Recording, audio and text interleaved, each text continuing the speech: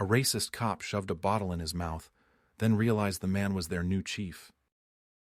The sun hadn't yet burned off the morning fog when Marcus Taylor steered the dented sedan down East Hawthorne Avenue. He liked driving himself, especially without tinted windows, sirens, or a fleet of black SUVs in tow. Today was supposed to be low profile, return home, start fresh. His official first day as chief of police in Lyndale didn't begin until tomorrow. He sipped his gas station coffee and let the radio fill the quiet. That's when he noticed the patrol car pull behind him, lights off but tailing too close. Marcus sighed.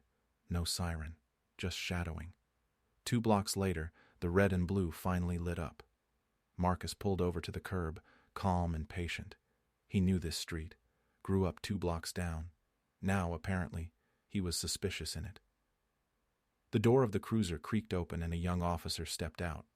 Broad-shouldered, mirrored sunglasses, too much swagger. A second one followed.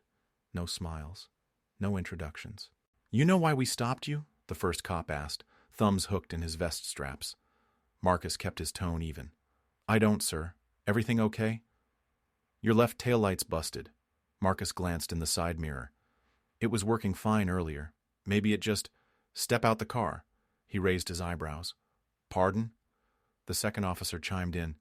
"You got something in the trunk we should know about? That rental got your name on it?" Marcus didn't argue. He stepped out slowly, keeping his hands visible. It wasn't fear. It was training. He'd given this very speech in federal seminars. De-escalation starts with posture. But these men weren't de-escalating. They were building heat. "What's your name?" the first cop barked. "Marcus Taylor." The cop narrowed his eyes. "Taylor, huh? You military?" "Yes."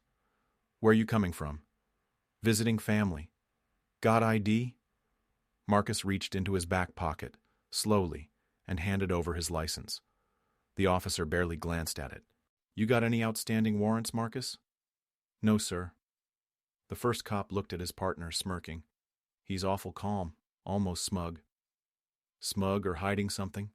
the partner muttered, walking around to the back of the car. Marcus stayed silent. His pulse was steady, but his jaw clenched. "Open your mouth," the lead cop ordered. "Excuse me?" "Open. Your mouth. Let's see if you're hiding anything." Marcus stared. "You serious? You resisting?" Before Marcus could respond, the second officer emerged from the back of the car holding a half-empty water bottle. "Look what I found. Trash in the back. Might be his."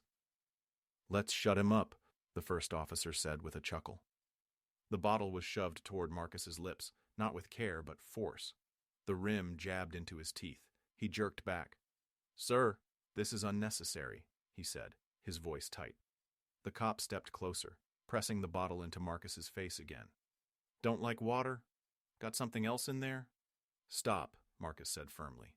And then, over their radios, a voice broke through. "Dispatch to all units, be advised. Incoming command welcome memo. Chief Marcus Taylor begins official term tomorrow. All personnel to report for 0900 briefing." The first cop froze. The bottle slipped from his fingers and clattered to the pavement. Marcus didn't move. He just looked at him. "What did you say your name was?" the younger cop croaked, blinking hard. "I didn't say I'd be your boss," Marcus replied softly. "But I am." The 2 officers stared at him, faces draining pale as the cruiser's idle engine hummed behind them. "What would you do in his shoes? Tell me below." And the officer's hand froze in midair as the name hit his earpiece like a bullet. The air in the station's back office was heavy. Fluorescent lights buzzed like angry hornets. Officer Darrell Kemp stood stiff against the file cabinet, sweat darkening the underarms of his uniform. Next to him, Officer Reese Jensen paced in tight circles, one hand clenched into a fist, the other gripping a folded clipboard like a lifeline. Marcus Taylor walked in behind Captain Rowell without saying a word. Captain Rowell tried to smile, but it landed somewhere between strained and sickly. "Chief Taylor, Marcus, let's clear this up, shall we?" Marcus didn't take the seat offered. Instead, he stood behind it, calm, unreadable. "Clear it up?" Marcus asked, not raising his voice. "Well, I've reviewed the initial report," Rowell said, flipping pages that hadn't even been written. Seems to me like a miscommunication. Officers didn't realize who you were. No real harm done. Daryl's eyes darted toward the door. Reese stopped pacing, now chewing his lip so hard it bled. You think this is about knowing who I am? Marcus asked quietly. Rowell blinked. Isn't it? Marcus reached into his coat and produced a sealed manila envelope. He handed it across the table. The captain opened it, revealing a printed photo of the exact same officers, Daryl and Reese, detaining a black teenager 2 months ago outside a shopping center. One was holding the boy's wrist at a painful angle. The other stood smirking next to a patrol car with the kid's backpack spilled open on the hood. Rowell swallowed. What is this? A federal file, Marcus said. I was undercover during that case. Lindale was flagged 2 years ago for racial profiling patterns. I volunteered to confirm them myself. Reese paled. You were watching us? I was documenting you, Marcus corrected, along with 7 other departments across the county. Daryl took a shaky breath. So this was a setup? No, Marcus replied. It was a mirror. You just didn't like what you saw. Captain Rowell stood now, trying to gain height. Marcus, Chief, I understand your frustration, but we have a way of doing things around here. You're new. Maybe it's best to ease into... Marcus turned sharply. I've buried friends who eased into change, Captain. I didn't come back to whisper. There was a knock at the door. An assistant popped in, whispered something to Rowell, and left. The mayor was waiting upstairs. Ticking clock. Upstairs, behind polished doors and leather chairs, Mayor Judy Gresham was already pouring coffee when Marcus entered. She wore a smile like armor and motioned him to sit. Marcus, she said, welcome home. I hoped we'd reconnect under smoother circumstances. I hoped we wouldn't have to reconnect like this at all. She sighed. I heard about the stop. A mistake. Those boys didn't mean... They meant every second of it, Marcus interrupted. They've done it before. The mayor leaned forward. I need to think about the city. Public confidence. Headlines.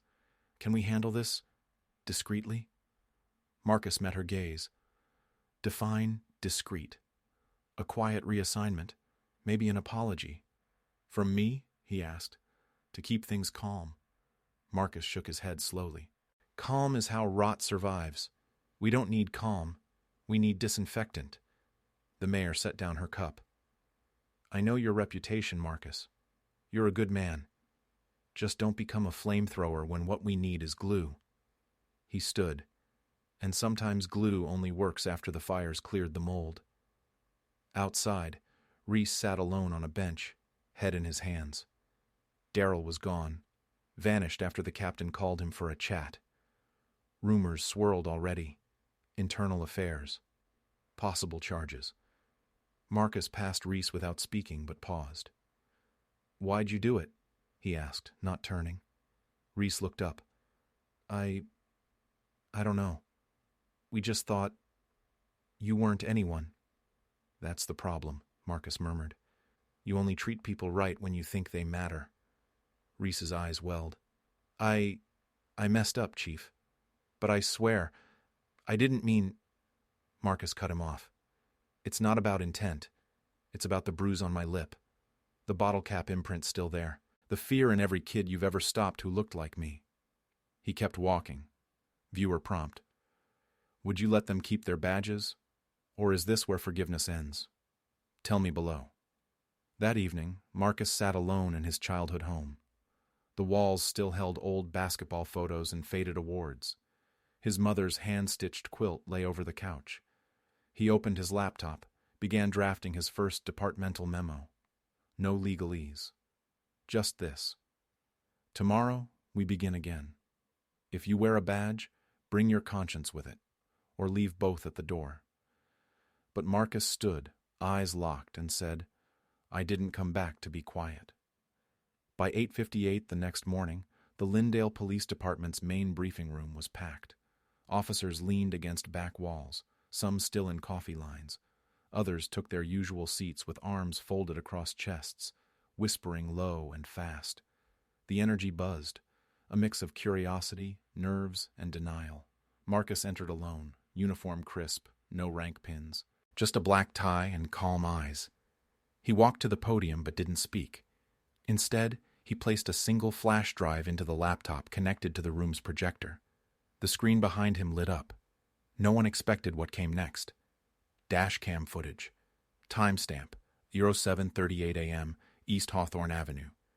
The entire room fell silent as Marcus's own face appeared on the screen, standing beside his rental car, hands up, lips bruised, voice steady. "Sir, this is unnecessary." Then came the shove, the bottle, the laughter. From the front row, Sergeant Lopez squirmed in her seat. A rookie near the back cursed under his breath. Captain Rowell stared at the table. Reese Jensen, seated far to the right, turned ghostly white. The footage ended. The screen went black. Marcus looked around the room. "That," he said, "is what happens when ego replaces duty, when profiling replaces protocol, and when fear of accountability replaces courage." No one spoke. Two of your fellow officers treated a man like that because of how he looked, because of what they assumed he wasn't. They didn't know I was their new chief. But that shouldn't matter. It should never have mattered. He let the silence stretch. This is not about embarrassment. It's about rot. It's about a system where some of you have learned the rules of survival, not the rules of justice. He clicked a second video. Another incident. From 6 months ago. An older black man slammed against his own store's wall. Same officers, same laughter. Gasps broke out. One veteran officer stood up. "Sir, I filed a complaint about that. Nobody followed up." Marcus nodded. "You're not the only one." That's when Officer Paige Freeman, a second-year patrolwoman, raised her hand slowly. I've seen Daryl make people walk barefoot in the snow for attitude. I never spoke up. I thought, maybe that's just how it is here." Marcus looked at her. "That ends today." Shocking reveal. Reese Jensen stood and took off his badge. "I deserve to go." Everyone turned. The room went silent again. Marcus nodded. "You do. But you'll leave after you answer one question. Did you ever stop someone because you believed they were dangerous, or because you believed they were disposable?" Reese's voice cracked. "The second one. I see that now." "Then walk away. Don't hide behind the badge." Reese placed it on the table and left the room. Marcus took a long breath. No one is forced to stay. If you cannot protect without prejudice, walk out. No judgment, just truth. Chairs creaked, eyes lowered. No one else moved. A long pause. Then, from the back, a young recruit spoke up. "Sir, I joined this force hoping to do good, but I've been quiet about too many wrongs. I want to do better." Marcus looked at him. "That's how it starts." He stepped away from the podium. "You all have a choice. Same badge, new standard. We'll train again. We'll review every file, every complaint. And anyone who mocks that process will be processed out." A long beat. And when Marcus asked who was ready to build something better, every hand slowly rose.